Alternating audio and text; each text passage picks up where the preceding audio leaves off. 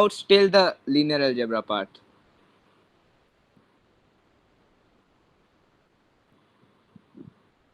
Hi, any doubts till the linear algebra part? Oh, can you maybe briefly go over that linear algebra part? Okay, yeah. So uh, in the linear algebra, we did first, Okay, so you just defined some basics of linear algebra. yeah, Okay, then no need. okay, yeah, okay, yeah. So we I defined linear algebra, like I defined vector spaces. Uh, for now, I defined like r cube over r. So we'll only work with that.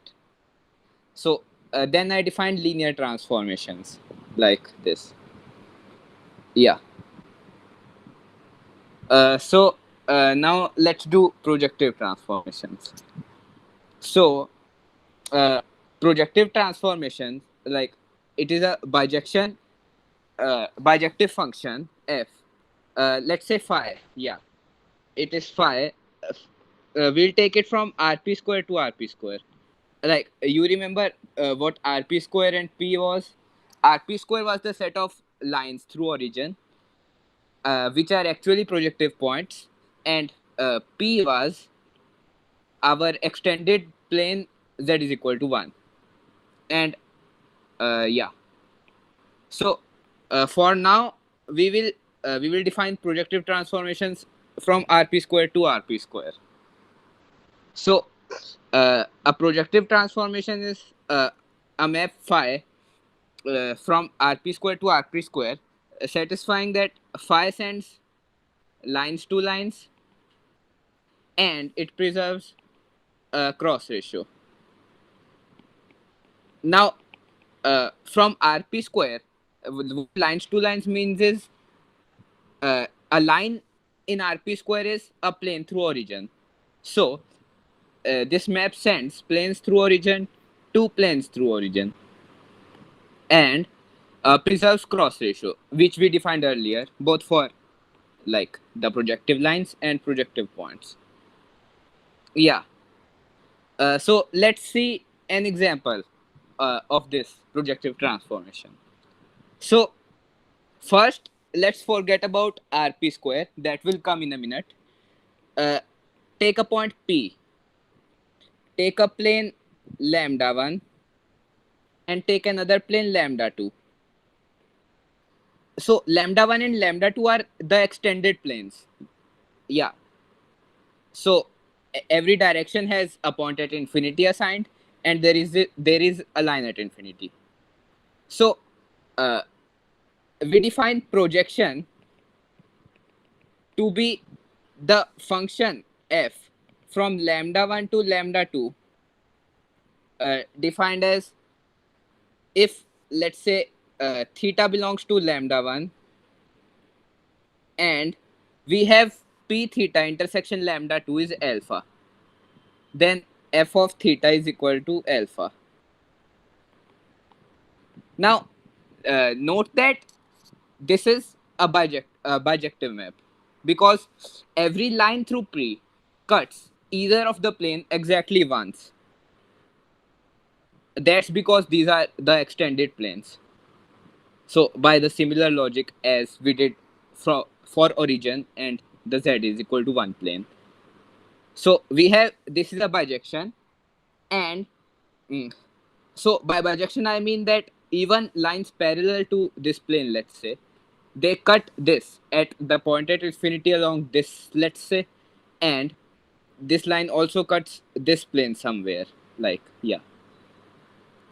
So now this map sends lines in lambda 1 to lines in lambda 2. This can be seen because, like, Yes, sir. So I have a question. So these two planes are just two planes in the three-dimensional Euclidean space. yeah, Like but these are uh, extended planes. yeah, yeah, that's clear. Okay, so Now this sends, Yeah, like you mean extended planes means the that points of these planes are lines in three-dimensional space, no, like no, you no. defined it. Uh, I'm not talking about RP square right now. You Oh, remember okay. the definition Oh, of got it, P? got it. Yeah, yeah, got it. Yeah. So this was our intuitive plane. We defined RP square to rigorize it, sort of. So Yeah, okay. now, So this is the ordinary two instances of plane in R3. yeah, you can look at this as rotations of P to form lambda one. If like, yeah. Okay. So this sends, we we say that this is a projection. So this projection sends lines to lines. This is because a line and a point P not on the line contain a unique corresponds to a unique plane. Like there exists a unique plane through a line and a point P, and that plane cuts this plane alpha at a unique line.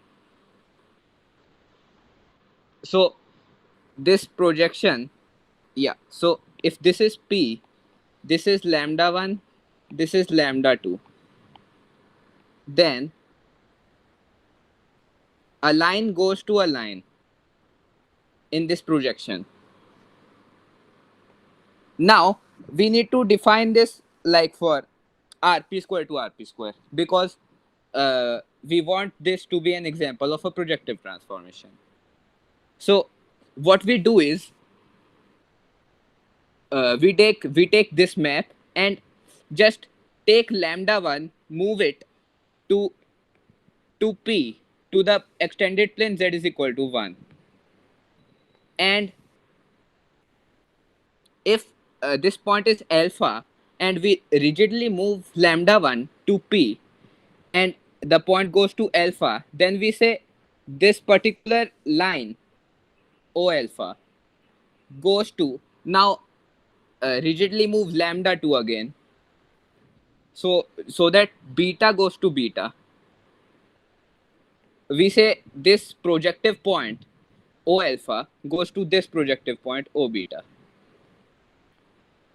If alpha goes to beta in this sense, in the projection sense. So now is it clear that this is a projective transformation from rp square to rp square? Like by projective points, you mean that points which are in the projective plane. No, uh, by points of p I mean points, and by projective points I mean lines through origin. I mean points in rp square. So there is a slight difference between rp square and p. There is a bijection between them, but they are essentially like the definitions are different. This has Yeah, okay, that points. is clear. What I was asking that the you are saying that points are projective. So does that mean that these points are these so-called projective points are the points of a projective plane? Is that definition? No, O alpha. This line is a projective point. Oh yeah, okay, got it, got it. Yeah, right. Because in the RP square, we treat lines in R cube as points in RP square. We treat lines through origin as points. Yeah, yeah, yeah. Line story. Yeah. So, do you see why this the map of this projective point to this projective point O beta is a projective transformation?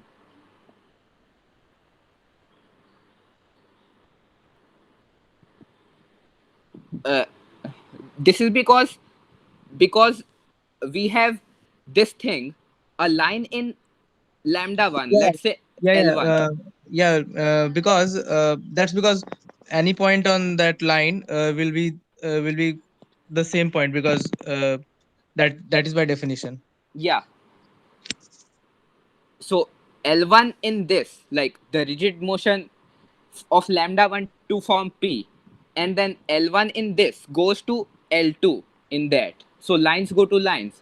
And similarly, like rigidly moving doesn't change cross ratio because everything is same inside the plane. Yeah.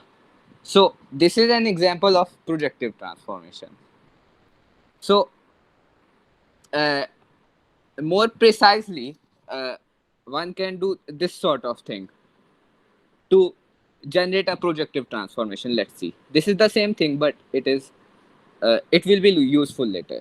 So take a projective plane P. Rigidly move this to yeah. Rigidly move this to an extended plane lambda. So rigidly move this to lambda, and then project lambda 2 onto P through O, like yeah, alpha beta, yeah. So this is also a projective transformation by the same reasoning. So this thing, rigidly moving P to lambda, this doesn't change, this sends lines to lines, because like obviously. So and this also preserves cross ratio because the plane itself is the same. And then this thing preserves projective points. So in this thing we don't even have to check that lines go to lines, like the projective points itself are the same because the lines through origin, this line L goes to this line itself because O alpha goes to O beta by definition. So this is a projective transformation. Yeah. So now we would expect this to cover all projective transformations. I mean that, like, this seems to be the only thing that we can do, like project from points and then move around and then project and so on. So turns out that this doesn't exactly cover all the projective transformations.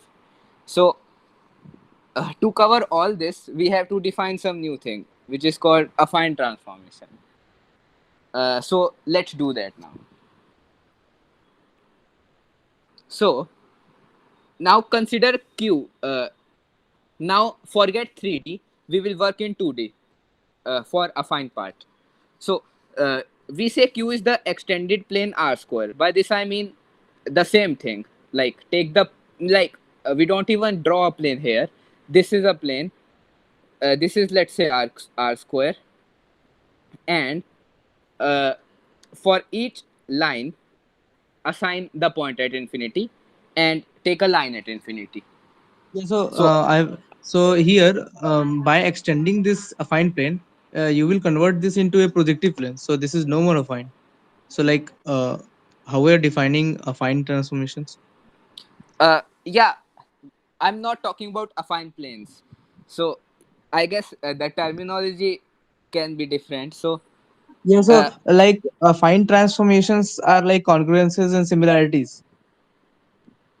no, affine transformations. Okay, so affine transformations look something like this. They are the transformations of the plane R square. Oh, okay. Like you can see them as stretching sort of. Oh, okay, okay, got it. Yeah. So This also means rotation. This yeah, yeah, also includes rotation. Okay. yeah. Okay, so we are applying affine transformations in projective plane. You mean? So this thing, this is Q. This is, yeah, this is a projective plane. Okay, got it. Uh, Can so you define the extended plane again? yeah, Uh, so we define the extended plane of a normal plane as follows. One thing we do, for each line, there exists uh, a point at infinity. You can refer to this as an imaginary point corresponding to a line. A line, okay. I mean, let's say a pencil of lines, like parallel line result in the same projective point. Yeah, pencil of line would be a good definition. Yeah. So the second thing we do is introduce a line at infinity. This contains all the points at infinity. So this extended plane is sort of better than our normal plane because you have a benefit. So any two lines cut at a single point, 1 point, and any 2 points correspond to a single line.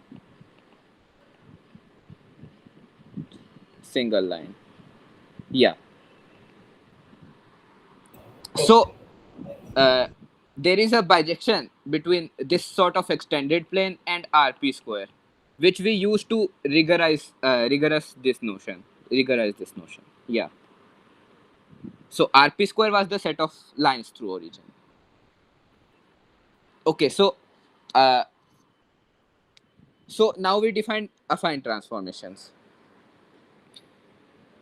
Consider R square. Let u1 u2 be a basis of this vector space over R. By this I mean take any two u1 u2. Then consider the map phi from Q to Q as follows. So yeah, one thing is okay. Wait. So By r square over r. So that means the vector space r square with entries in r field r. that means the vector space R square, which is the set of x y with the field as R, with the scalars Mm. in R. Okay, okay. Yeah. So first, take any linear. Forget this for one moment. So this has a R square over R as a project as a vector space has a basis u1 and u2. This any linear transformation, by which I mean bijective linear transformation. Yeah, T of v sends u1 to let's say v1 from R square to R square. Uh, uh, so a linear transformation basically what it does is sends a basis to a basis, a bijective linear transformation, and it sends linear sums to linear sums. So for example, if u1 u2 go to let's say v1 v2, then u1 plus u2 goes to v1 plus v2, and all the combinations like alpha 1 u1 plus alpha 2 u2 goes to alpha 1 v1 plus alpha 2 v2. So take a linear transformation. Now we define the affine transformation. Linear transformation is a transformation from R square to R square. Affine transformation is a transformation from Q to Q, which we define as equal to the linear transformation for finite points. And if this line goes to this line in the linear transformation, also linear transformations also sends lines to lines. This can be seen because if let's say this is origin, this u vector goes to this v vector, then this uh, let's say u dash vector must go to some v dash vector, then lambda u dash vector also goes to v dash vector. So the line u plus lambda u dash goes to the line v plus lambda v dash. So the affine transformation from Q to Q is defined as the linear transformation from R square to R square for finite points, and in the case of infinite points, like points at infinity, it sends infinity along u vector to infinity along u vector to infinity along t of u vector, which means if this is the line L1 which goes to this line in R square under the linear transformation, then the point at infinity along this line goes to the point at infinity along this line. So affine transformations look like this. Origin goes to origin. Uh, let's say, yeah. So basically, if these are u1 and u2, these are v1 and v2, then every linear combination goes to the same linear combination. So you can see this as sort of stretching the paper. And the lines at infinite, the points at infinity along, let's say, this direction goes to the point at infinity along this direction. And even, let's say, the point at infinity along this direction goes to the point at infinity along this direction. Yeah. So this is affine Okay. transformation. Now, So uh, like this we can also represent by matrix by using the basis you are saying. So yeah, like if we have to define the transformation rigorously, then we write it in a matrix form by writing the transform basis. yeah, we can do that. Like, also, this is Yeah, also could you rigorous, more I clear? think. Yeah, and no, this infinity thing, which is the I guess number two. Yeah, so can you please repeat that?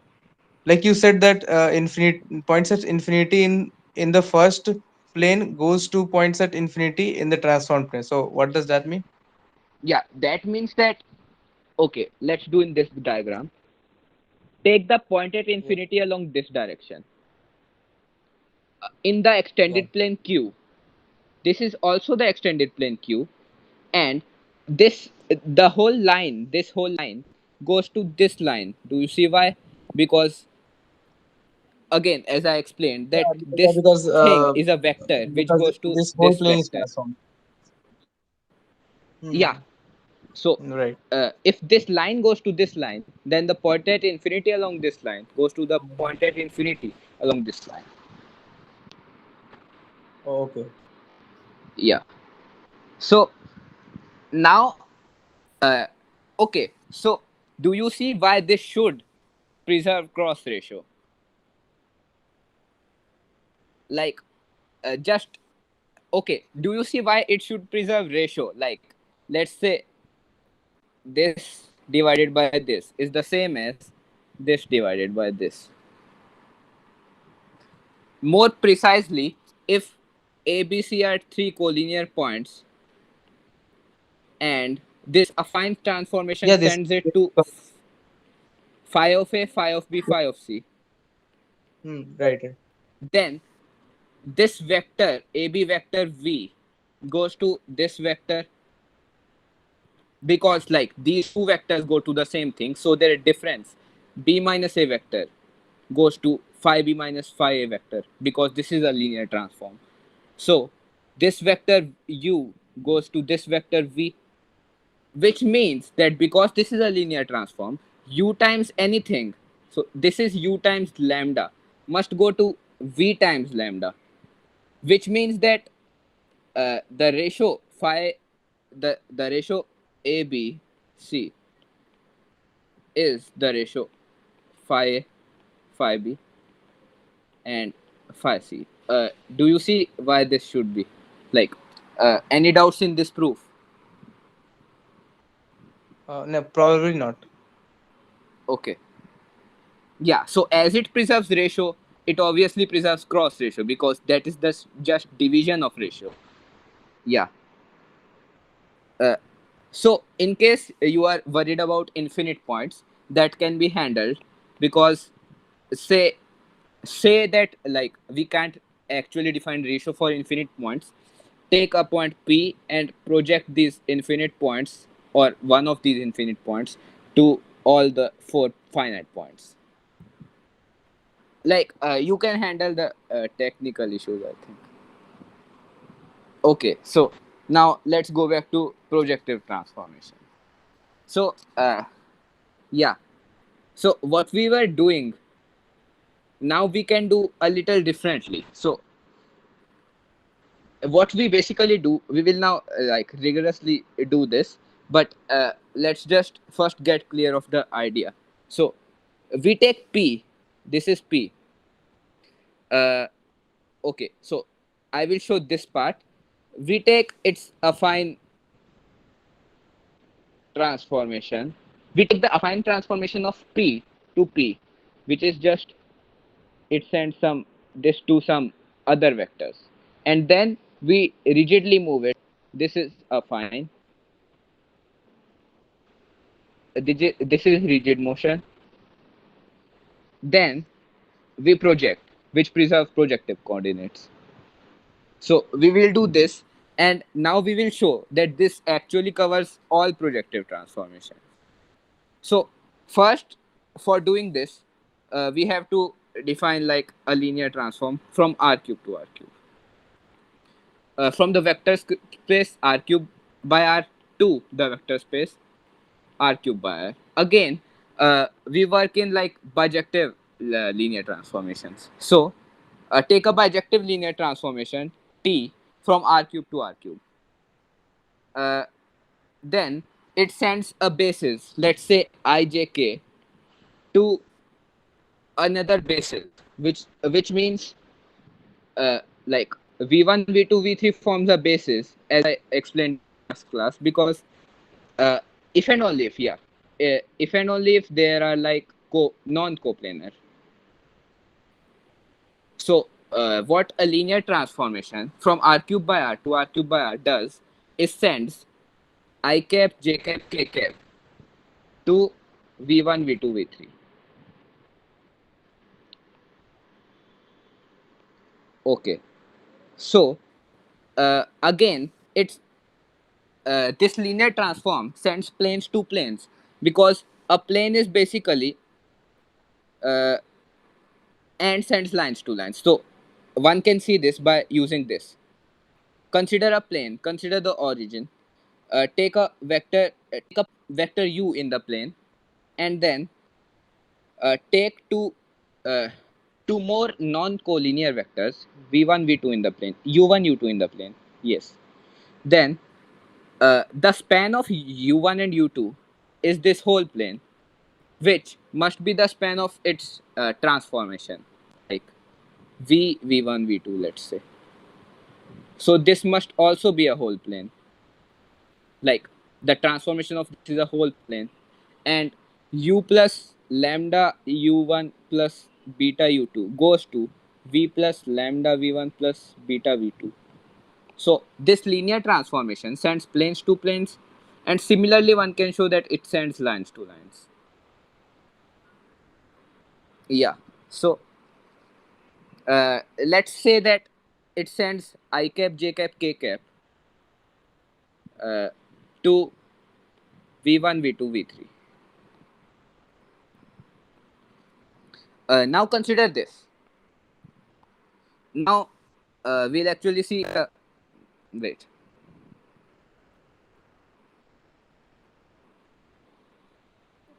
Yeah. Yeah. Now we'll see like what a linear transformation in R cube does to P. So yeah, this is k cap.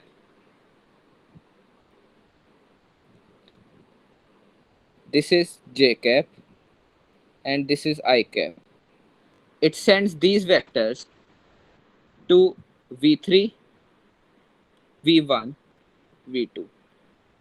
Then this is P. It sends k plus alpha I plus beta j, which is just any random vector in this plane P. Uh, so for now, yeah. So it sends this to like v3 plus Yeah, like alpha these three. v1 Yeah. plus beta v2. So this is exactly the corresponding point, like in this plane, in the plane spanned by v1 and v2 passing through this point. So do you see why this, like the transform from P to this is exactly the same as an affine transform? Yeah, because it is linear. Yeah, it is linear. Moreover, it is like the exact same thing that we did for affine transform. Uh, Hmm. like it sends, if we consider this as the plane Q, consider this as Q, then it actually sends uh, uh, alpha I cap plus beta j cap to alpha v1 plus beta v2, which is exactly what we were doing. in the case of affine transforms. So even for points at infinity, let's say this line through origin is alpha I cap plus beta j cap, then this line is actually a projective point, which is a point at infinity in this plane P.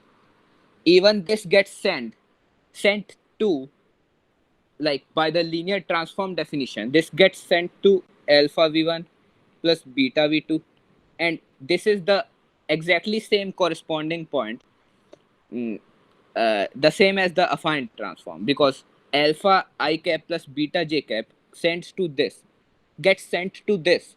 So the point at infinity along this, which is actually the projective point, this line, this gets sent to this, and what we needed was exactly this, like we needed this line, the point, to be get to be sent to this line.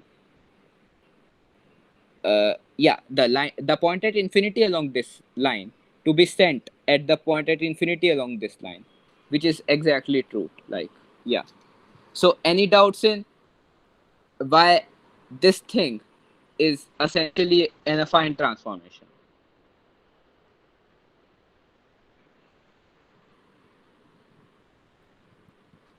Okay, great.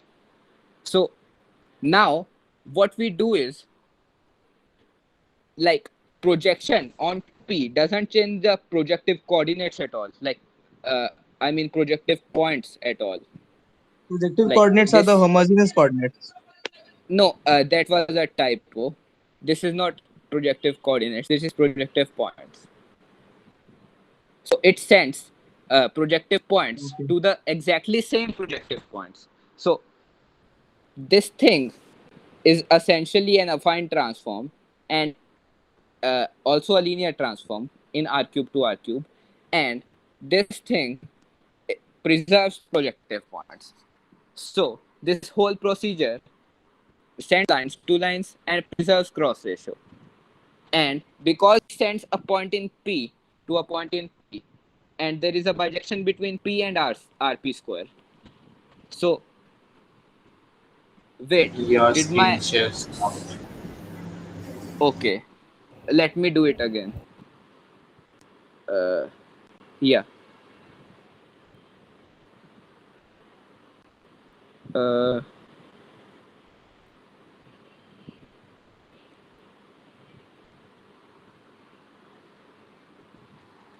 is it visible now? Yeah, it's visible. Okay, great. Yeah. So, like, consider, where was I? Yeah. So you see why this procedure preserves cross ratio and sends lines to lines, because what we are doing is taking a linear transform from R cube to R cube, and then just this sends P2. It's stopped again. It's stopped again. Uh, okay, wait.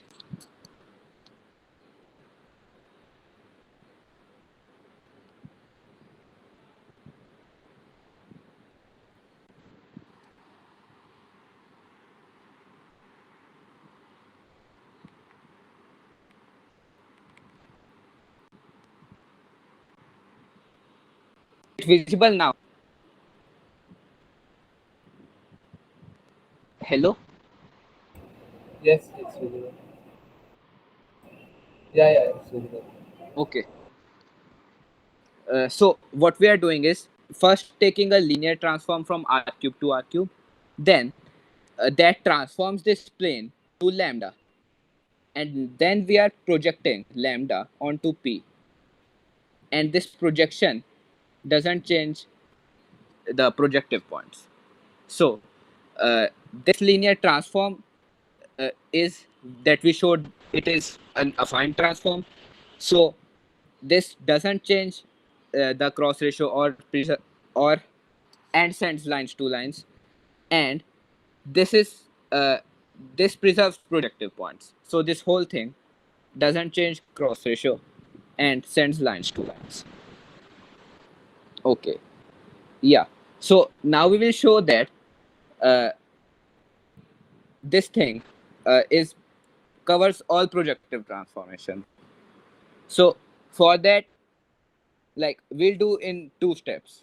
First, we will prove that there exists a projective linear transformation sending 4 points in RP square, no three collinear, to any other 4 points in RP square. By this I mean that 4 points in RP square are this, like no no three in same plane. This is P1, P2, P3, yeah, and this is P4.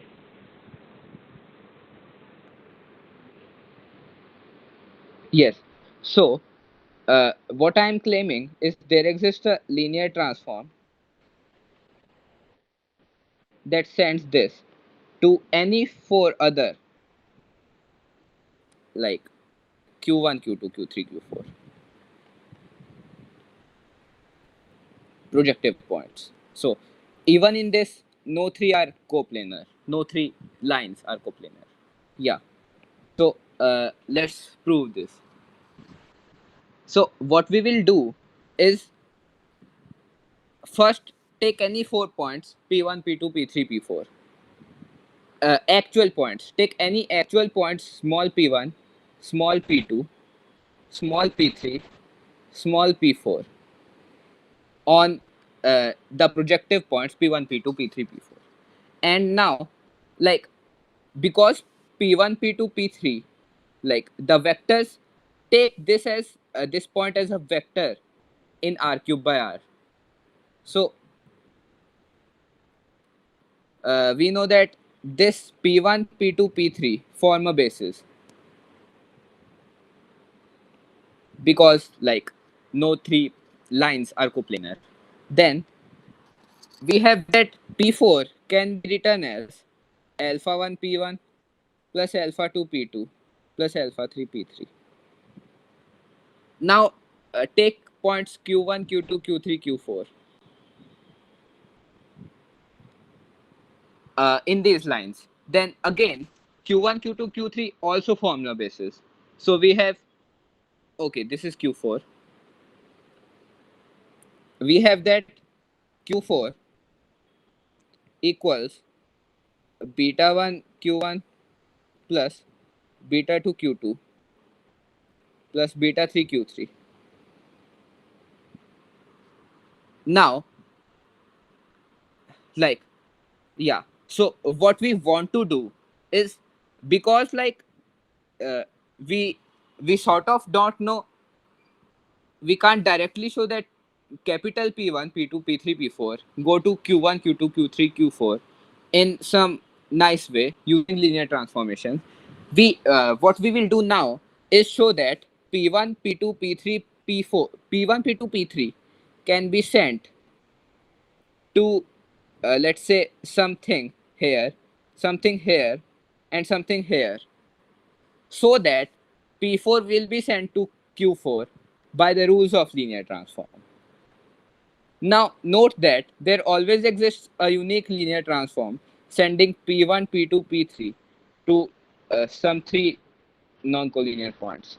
This is again the basis sends to basis theorem. Like there exists a linear transform sending a basis which is P1, P2, P3 to another basis which is anything like let's take what should we take? Yeah, R1, R2, R3, R3. Now we have to choose R1, R2, R3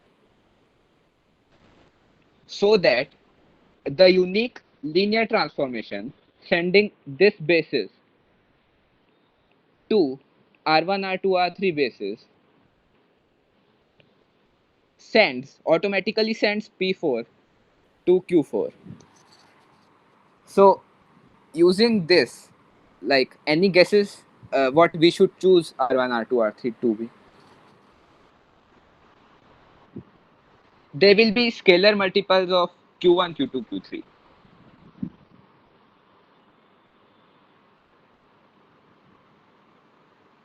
Like Uh, the coefficients divided. yeah, exactly. So we take R1 equals beta 1 Q1 by alpha 1. R2 equals beta 2 Q2 by alpha 2. And R3 is equal to beta 3 by alpha 3. Now, by the rules of linear transform, we have that Q4, like we have that P4, which is equal to alpha 1 P1 plus alpha 2 P2 plus alpha 3 P3 will be sent to something which is equal to alpha 1 times P1 gets sent to R1, which is beta 1 by alpha 1 Q1 plus alpha 2 beta 2 by alpha 2 Q2 plus end. Uh, and now alpha 1 these cancel, and this becomes beta 1, this becomes this thing which is equal to Q4. So Q4. So P4 or gets sent automatically to Q4. So we have generated a linear transform which sends P1, P2, P3, P4 to R1, R2, R3, and Q4. Now, this completes our proof, right? Because like the capital P1, capital P2, capital P3, capital P4, these are scalar multiples of P1, P2, P3, P4, which get sent to scalar multiples of R1, R2,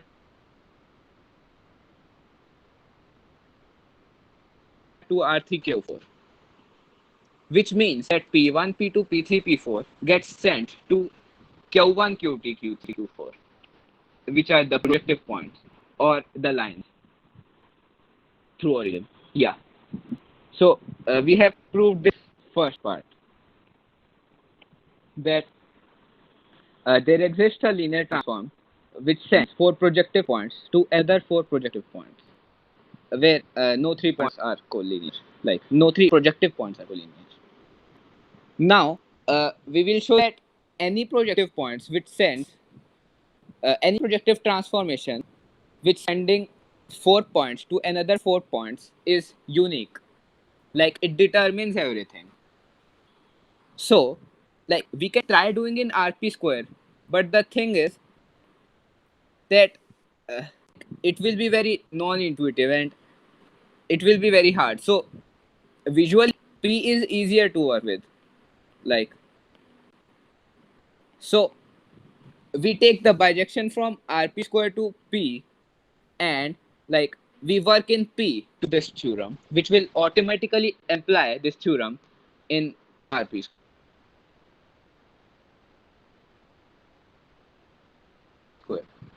Wait, yeah, okay.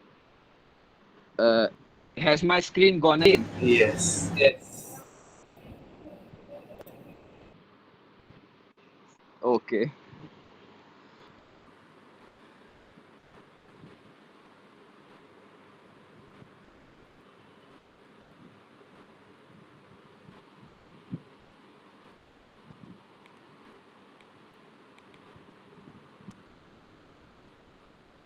Yeah. So it's visible, right? Yeah. So I was saying like we will prove this theorem for P and then take the bijection from P to RP square to which would imply this theorem in RP square as well. So yeah. So let's do this. Let's say the points A, B, C, D get sent to E, F, G, H. Now we know that because a projective transformation sends lines to lines, this uh,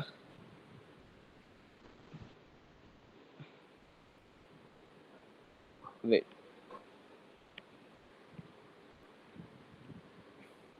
Yeah, like you yeah, drawed that point in infinity. Yeah. No, it's correct. no, this is not a point at infinity. Okay. This is the intersection of BC and AD, Oh, okay. and this goes to intersection of FG and EH. Like A, B, and Hmm. CD go to EF, GH respectively. Similarly, we have this true for other intersections. Like this intersection goes to, I mean, opposite. This intersection goes to this intersection, lambda 1, let's say. And uh, this inter this intersection goes to this intersection. These are straight lines. I'm just drawing it because of lack of space. So now let's take this line BCX. We have that BCX go to FGY. So can anyone tell me, if this is a point P, then where does it go to? Yeah, like previously in the opposite direction. Like, don't worry about Mm, direction right now. Like, just tell me where it goes to. On the left mm, of F yeah, probably. on the left. No, I don't mean on the. Okay, yeah. So, like, where does it precisely go to? Note that this is a projective transformation and it preserves cross ratio. So if these three go to FGY, then we have that Yeah, BCXP yeah. must be equal So to FGYP. yeah. So So xb by xb by xc is xb by xc divided by uh, yeah, pb by pc is yeah. equal to that. So uh, like there is a unique Q for every P, because again, like, Yeah, because of the ratio. yeah, because of the ratio. So we have fixed this whole line. So this whole line goes to a unique uh, combination in this line. So every point P in this line goes to a unique point which is defined, well defined, Q in this line. So now consider, so everything clear till here, that every point this P in this line goes to a point, well defined point Q in this line. Now consider uh, AB, BC, CA, and these lines go to ABCD, EF, FG, and EG. Yeah. So we have that. There was, wait, AB. Yeah. Call this. Let's don't worry about notation right now. So by our previous argument, we have got that any line in this quadrilateral is fixed, because 3 points in this go to fixed 3 points in this. So this line, let's say L1, L2, any point P on this line must go to a unique point Q on this line because of cross ratio. Hence, by the same reasoning, any point X in this line must go to a point Y in this line, a well defined point. I mean, a unique point Y. So now take any point P and intersect, take a line L which intersect this in, let's say, alpha 1, alpha 2, alpha 3. Then take the unique images of alpha 1, alpha 2, alpha 3 to be beta 1, beta 2, beta 3. These are Yeah, unique so because of, they will also be collinear. yeah, because the projective transformation sends lines to lines. Hmm. And now we have again alpha 1, alpha 2, alpha 3 go to beta 1, beta 2, beta 3, and P goes to Q. That means alpha 1, like this cross ratio, alpha 3, must be equal to this cross ratio. That means the image of P is also fixed. So what we proved is that if 4 points ABCD go to another 4 points EFGH, then there exists a unique point Q for any point P in this plane. And from the previous result, we know that there is at least one point Q. And this implies from this we generated the point Q, so there is at most one point Q. So there is exactly one point Q, which means that every projective transformation, uh, like there exists a unique projective transformation sending 4 points to another 4 points. And this in turn means that every projective transformation is uh, a transformation of this type, a linear transformation, let's say, projective linear transformation.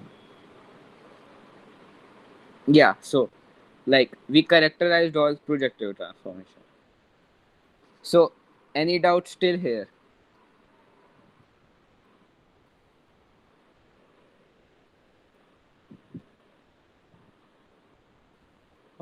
No. Okay, great. So now we'll do another result, which is so a collineation is a map, a bijective map from P to P, or in general any projective plane to itself. Let's just stick to P to P. So which sends lines to lines. So we don't say that it sends cross ratios. Uh, it preserves cross ratios. That is not needed. So actually, it turns out. So yeah. So a collineation implied by projective transformation. This means that if a map from P to P sends lines to lines, then it should actually also preserve cross ratio.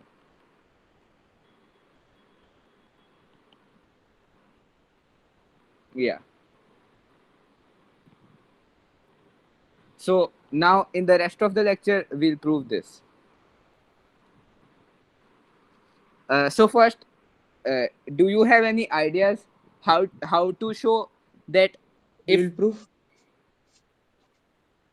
yeah, we'll prove that a map a map F from P to P sending lines to lines actually preserves cross ratio. So the thing we were defining projective transformations were actually collineations only. We will prove that a weaker Mm. condition suffices. Uh, any doubts? Yeah. Uh, so first, let's prove uh, a similar type of result. So if A B C D go to A dash B dash C dash D dash, and if E F G H go to E dash F dash is G dash H dash, then if the cross ratio of these four is the cross ratio of these four, then the cross ratio of these four is the cross ratio of these four. So I mean that uh, a particular cross ratio lambda goes to a fixed cross ratio GF lambda for any 4 points.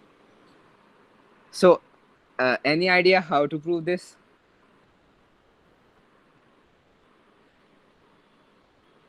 Like this is still seems doable because cross ratios are sort of linked with collineations, because again I think uh, by the fundamental theorem of cross ratios they are preserved under projections which are just lines. So you can see that if these 4 points go to this whole figure goes to suppose this figure, yeah, goes to this figure, then these 4 points have the same cross ratio as these 4 points, and these 4 points have the same cross ratio as these 4 points. So it sort of seems that this must be true. Like if ABCD and EFGH have same cross ratio, then their images also must have same cross ratio. So, but this proof is for AE, these all lines are concurrent, but we can like modify it. So, any ideas how to neatly do this? Like, so remember, we did a theorem which sort of told us when 4 points have same cross ratio as other 4 points.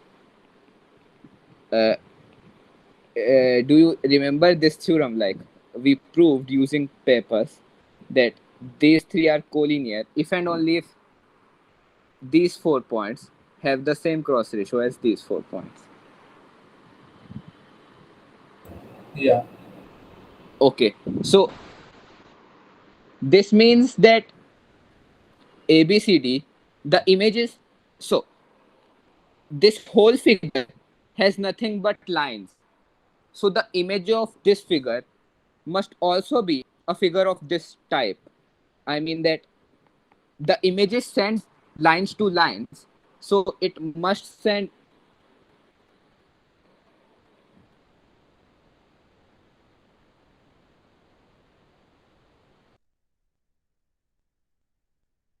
this figure to exactly this figure.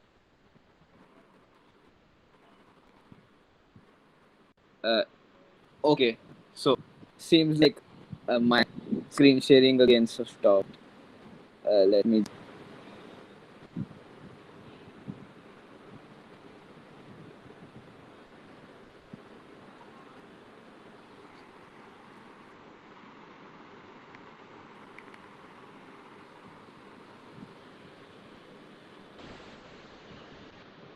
Yeah, is it visible? Yes. Yeah. Okay, yeah. Okay, yeah. So now, like this whole figure has nothing but lines, so it must be sent to a figure of this type. More precisely, if these are x, y, z, and all these images are a dash, b dash, so on, e dash, f dash, so on, and x dash, y dash, z dash, then all these like x dash, y dash, z dash are collinear because this line containing x, y, z goes to a line. So, like, and this line contains x dash, y dash, z dash. So we have that ABCD and EFGH G dash at that have the same cross ratio if ABCD and EFGH have the same cross ratio. So like this has a slight flaw, like a little flaw. So can anybody tell me what it is?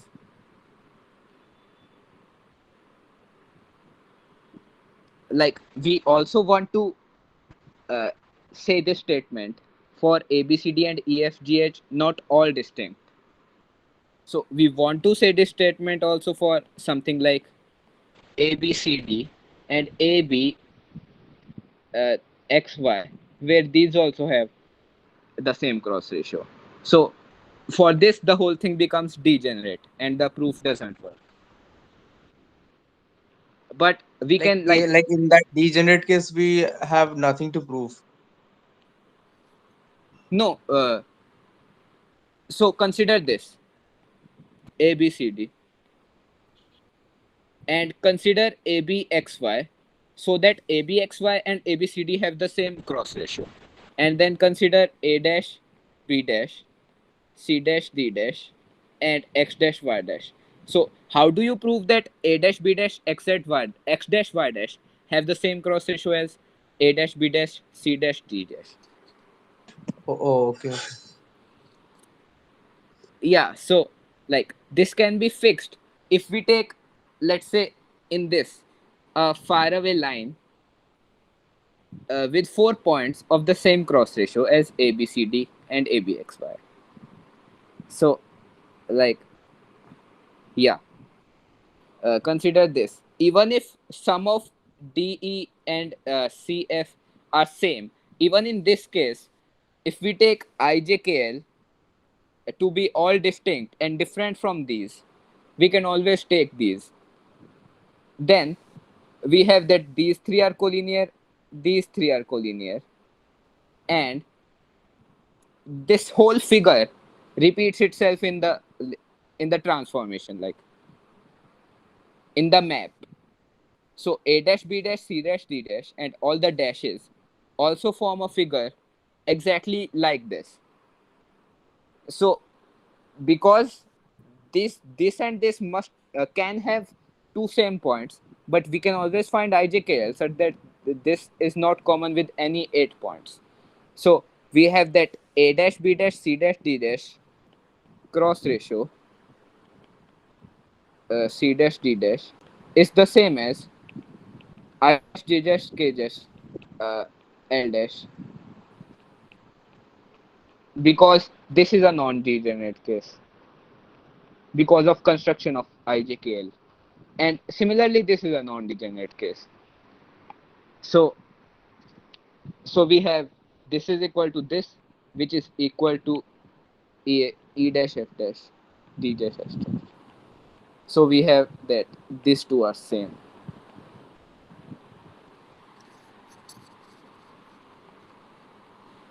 Okay. So any doubts in this statement that a cross ratio lambda goes to a cross ratio G of lambda?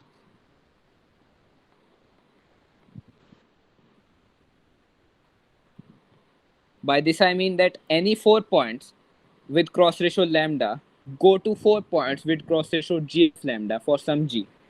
Any doubts in this statement? Like what we proved implies this.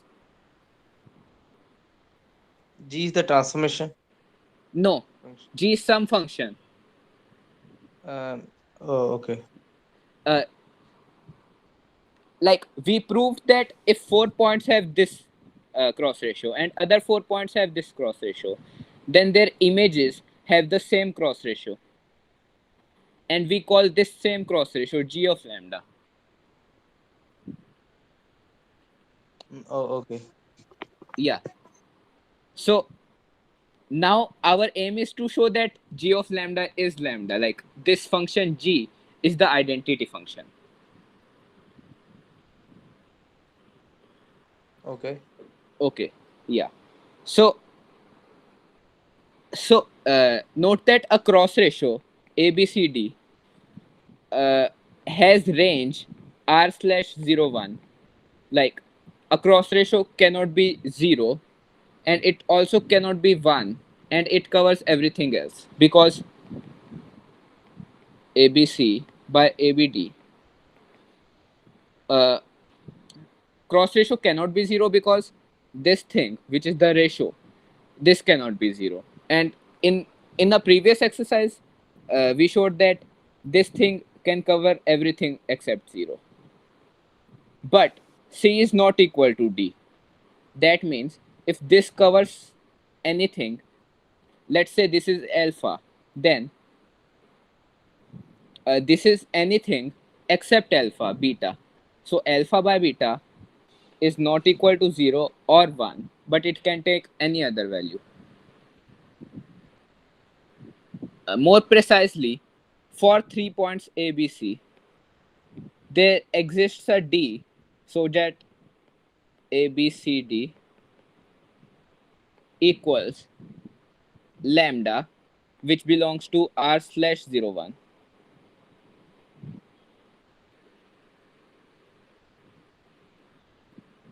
Okay? Any doubts in this statement?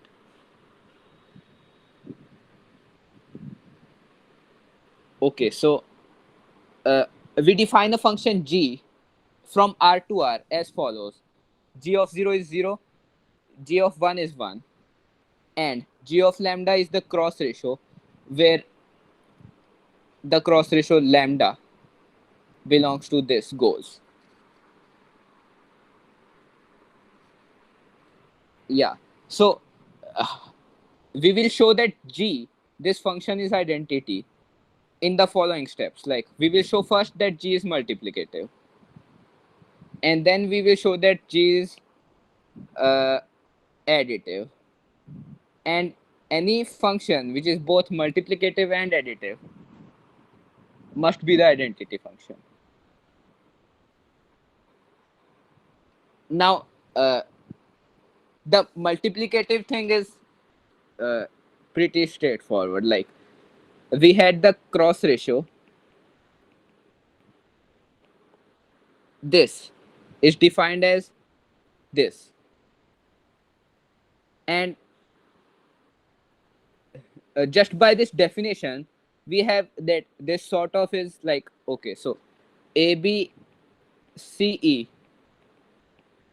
is ABC by ABE,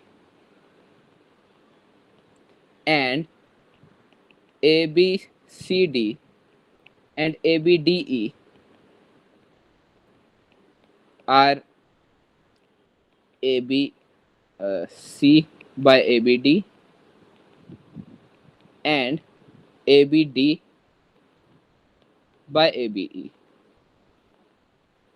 So just multiplicating these two, we get this. So we get uh, this cross ratio times this cross ratio is this cross ratio. Now this is a very good thing.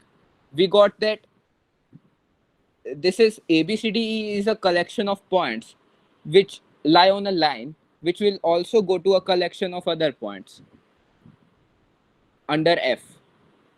So if this into this is this cross ratio is this cross ratio for all ABCDE, then we have that this is so also for the for F of A, F of B, and so on. Which means that if lambda 1, lambda 2, lambda 1, lambda 2 are this cross ratio and this cross ratio, then G of lambda 1 into G of lambda 2 equals G of lambda 1, lambda 2.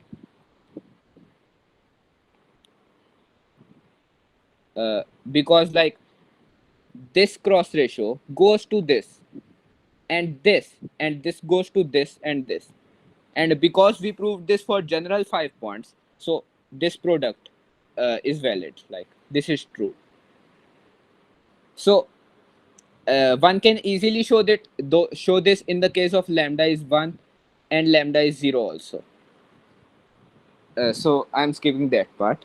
So we got that G is multiplicative. Now we will show that G is additive. So consider ACBD. So idea of the proof is that if we can show something, some relation for 4 general points, then G must also have that relation. We will get something for G out of that relation. So what we are trying to do is generate a relation between ACBD and ABCD. So by normal calculation, you can see like it can be directly computed that this plus this is 1. Yeah, so you can just directly compute it. This is all computation. So that means that as we proved this for 4 general points, this plus this is also 1. Which means that if lambda 1 plus lambda 2 is 1, then G of lambda 2 1 plus G of lambda 2 is also 1. Uh, Now we can check this again for 0 and 1 lambda 1 to be. So we have got this.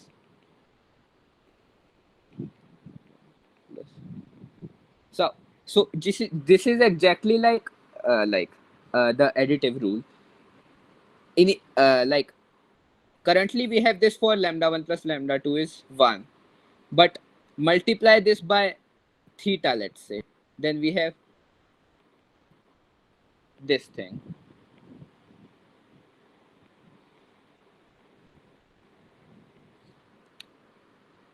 This is because multiplying this, because of multiplicativity, this is exactly g of theta times g of lambda 1, and this is g of theta times g of lambda 2, and this is g of theta times g of lambda 1 plus lambda 2, where lambda 1 plus lambda 2 is 1.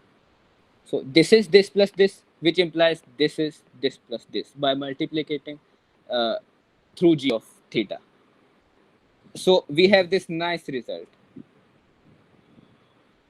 So this is exactly the additivity result, except that uh, we have that theta must not be 0.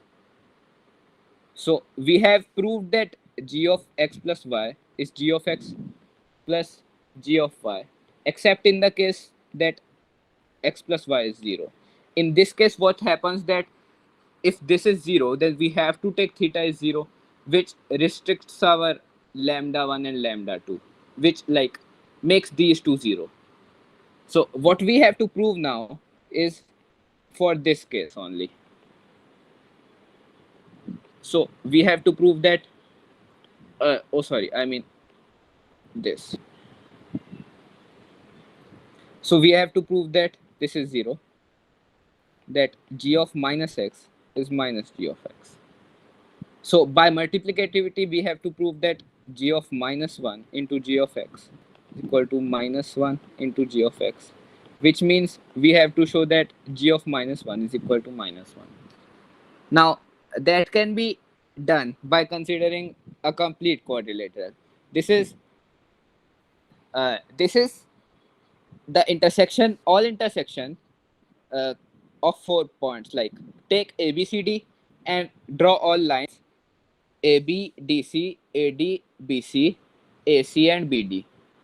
This is known as a complete quadrilateral. So now, uh, what my lemma is that if EG intersects this at y and x, then we have that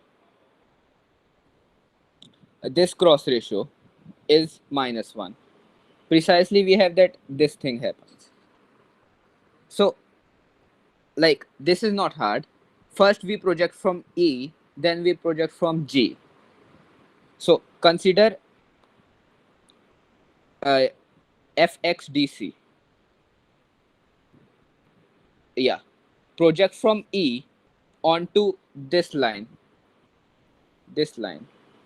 We have that this is FYAB, and project this line onto this line from G. Then we have FXCD. So we have this thing is this thing. And now this thing is also 1 by this thing, because this is FXC, this ratio, and that is the opposite ratio, which is by our this definition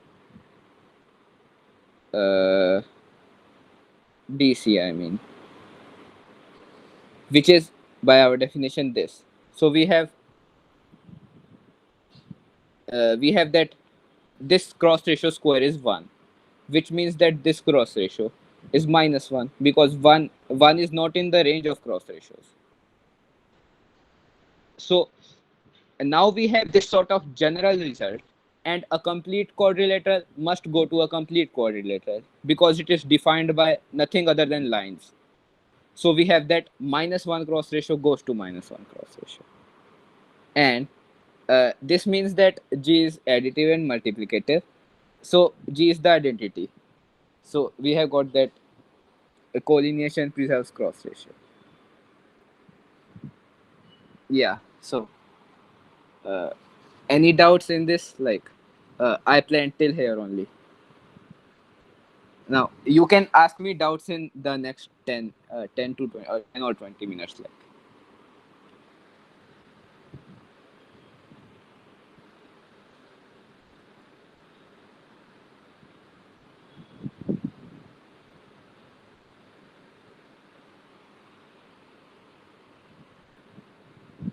okay, Then go back to the previous proof. okay. From where? Uh,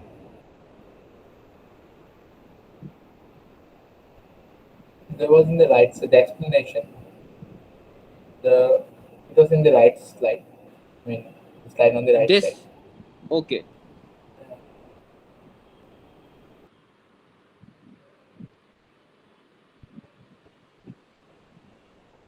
Before that,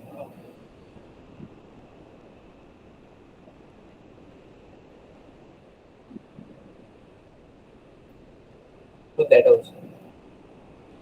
Uh, Here. That was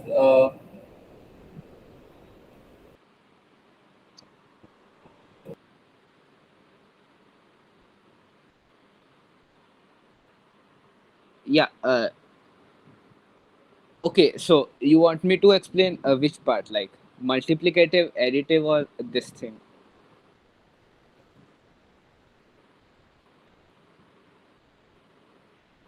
additive part, I think. Okay.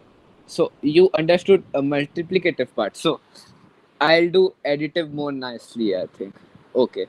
So note that what we are doing is we are proving some general result for cross ratios for general points defined by nothing but lines, and then we are using the transformation f, which preserves that relation, which gives us something for g. So consider abcd. We have that this is uh, wait, bd ac. You can check by this by expansion, like this is the definition, and Yeah, this is uh, you can check this also.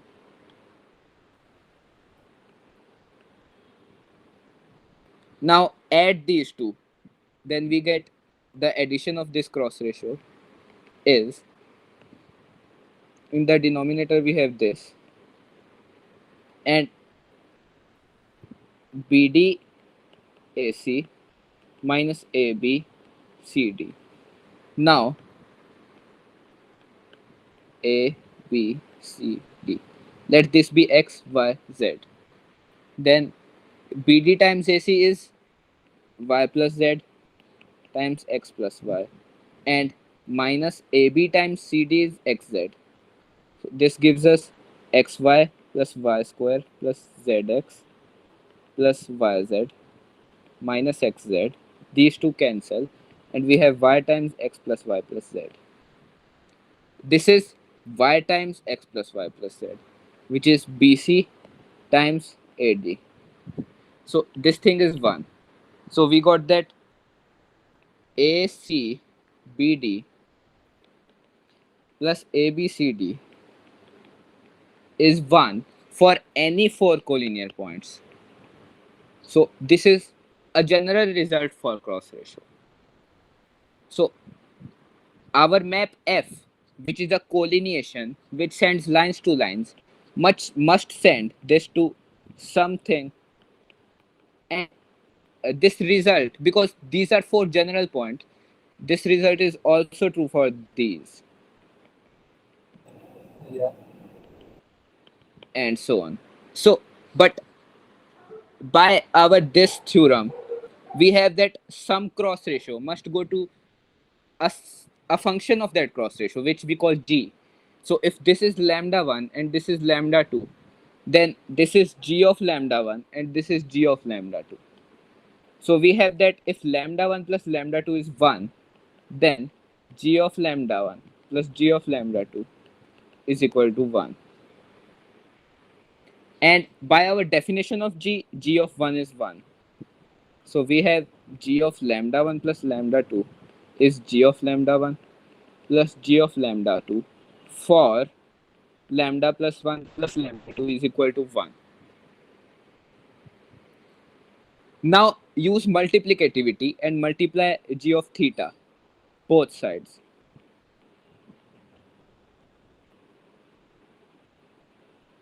yeah, Yeah. Now by multiplicativity this is same as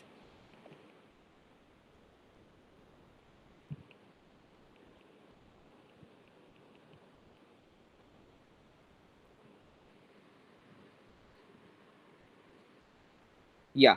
So now we don't even need like theta lambda 1 plus theta lambda 2 is equal to theta. So this is almost exactly the additivity condition.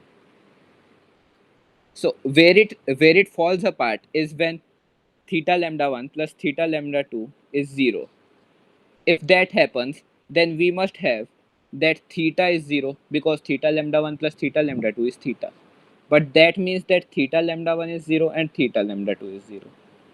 So all we need now to ensure additivity is g of x plus minus x is g of x plus g of minus x. So this thing falls apart in case of this becoming 0. So we need to verify separately for this case. Other all cases are handled by this. You can show that.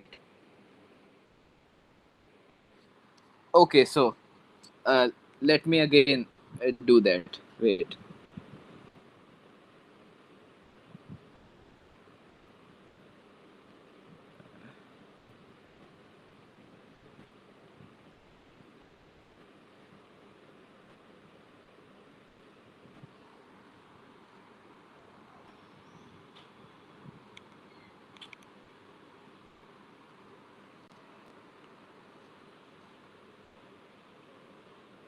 Yeah. So we need to only check this. So for this we know that g is multiplicative. So this is this. We need to check that we need to prove that this is equal to minus g of x because g of 0 is 0. So we need to prove that g of minus 1 is minus 1. After that we are done. We have done additivity and multiplicativity. So this is the last thing. And now we consider this general object which we call a complete quadrilateral, which is defined by nothing but lines. There is no cross ratio definition in this. So as lines go to lines, a complete quadrilateral must go to a complete quadrilateral, which means that anything which we derive for this thing must must remain valid for g, must give us a relation about g. So again, if I claim that fx, I claim that in a complete quadrilateral, fx dc is minus 1. If this is true, then a complete quadrilateral goes to a complete quadrilateral, which means that g of minus 1 must also be minus 1 because g of minus 1 is f dash x dash d dash c dash, which is nothing but a complete quadrilateral, like which is the same thing as this in some other complete quadrilateral. So all we need to show that is uh, that in a complete quadrilateral, wait, uh,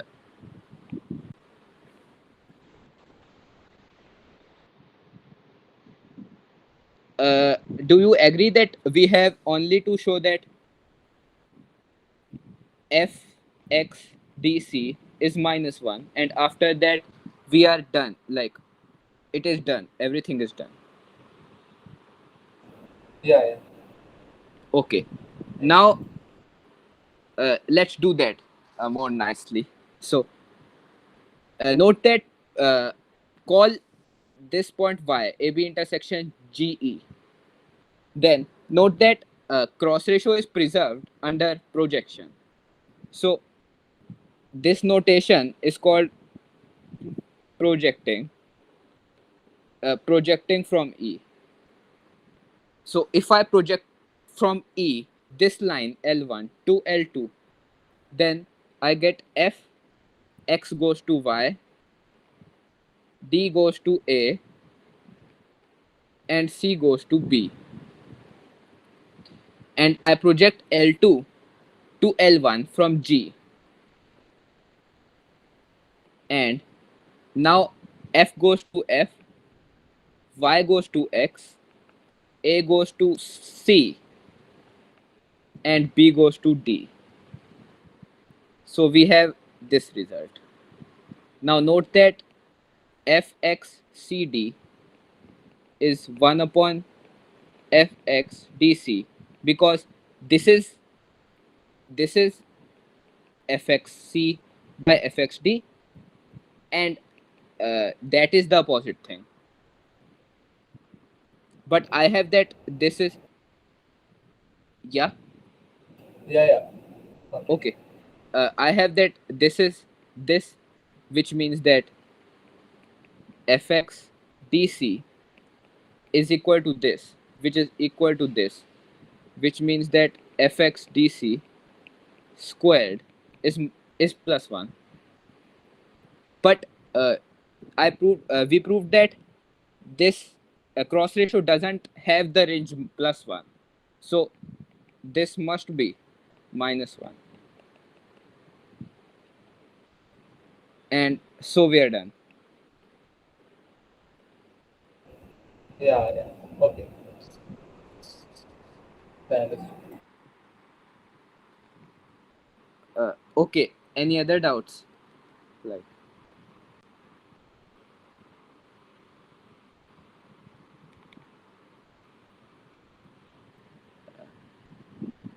Okay, uh, then I guess, like, bye.